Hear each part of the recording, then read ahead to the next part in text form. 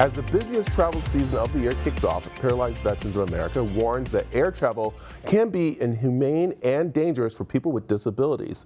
This lack of accessibility affects millions of Americans with mobility disabilities. And joining us to discuss this is Charles Brown, the National President of the Paralyzed Veterans of America.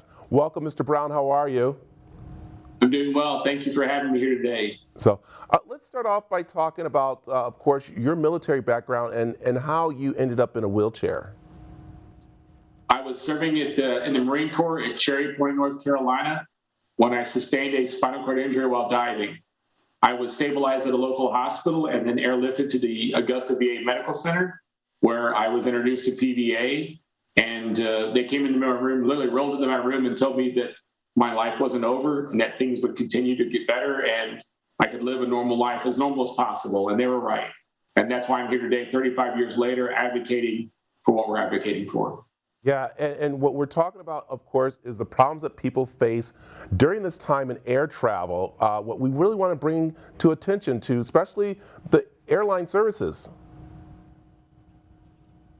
You're right. Air travel for often is inhumane and dangerous for those of us with disabilities. If you want, I'll throw in my personal story.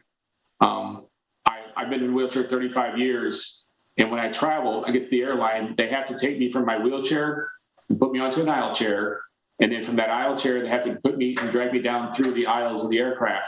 It's narrow. I often, get bumped at the edges and get bruised hips, and then they pull me from there and put me in the seat. Those are dangerous times when they do the transfers. But my wheelchair is taken from me. It's put in the belly of the aircraft with luggage. And if you've ever flown, you know how much damage your luggage can take. Well, my wheelchair takes that damage also, and it also often comes back broken too.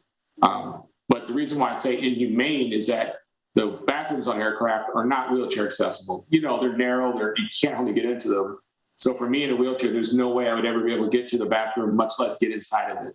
And for me, I have to dehydrate myself before flights. And I often don't eat for about 18 hours so that I can, I'm not required to use or would need the use of the bathroom. I'm going to say it's a shame that the air travel is not up to date with this right now. And that's something that you're advocating for everybody, even our military men and women. Absolutely. PVA was the forefront of getting passed with the Air Carriers Access Act 35 years ago. The unfortunate is it hasn't been brought up to speed. It hasn't been updated enough. So we're asking for the Amendments Act to be passed. That'll make that the aisleways be wide enough for wheelchairs to roll down. We're asking that you be able to just sit in your wheelchair on the aircraft. You can be tied down, much like you are in a bus or on a train.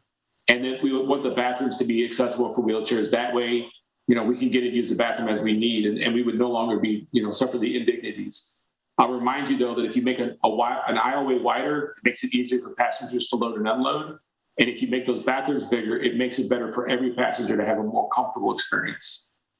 And also the way that they, of course, transport wheelchairs, especially because, some of them are electric, some of them are very expensive, and you guys want to make sure they're doing that the correct way, too. Absolutely. I've suffered those same problems, and you can go a long period of time without them. And take away my wheelchair, you're basically taking away my legs. I have no mobility, and I would be stuck in bed at home or wherever I was at until that can be fixed. Mr. Brown, how can people find out of ways to help out to, of course, this campaign? Well, what we're asking everybody to do is to go to pva.org/air travel, sign our petition. Tell Congress it's time to make this civil right and better for all and bring inclusion for all. And if you're there, please look at the resources we have, see what it's like to travel right now. Or if you have someone with a disability that has suffered a problem while air travel, add their story because it makes a difference for all of us. I'll say it's so important, and we thank you for joining us and thank you for bringing this to our attention and, of course, our viewers' attention on what we need to do. Thank you so much for having me in PVA today. Thank you for everything.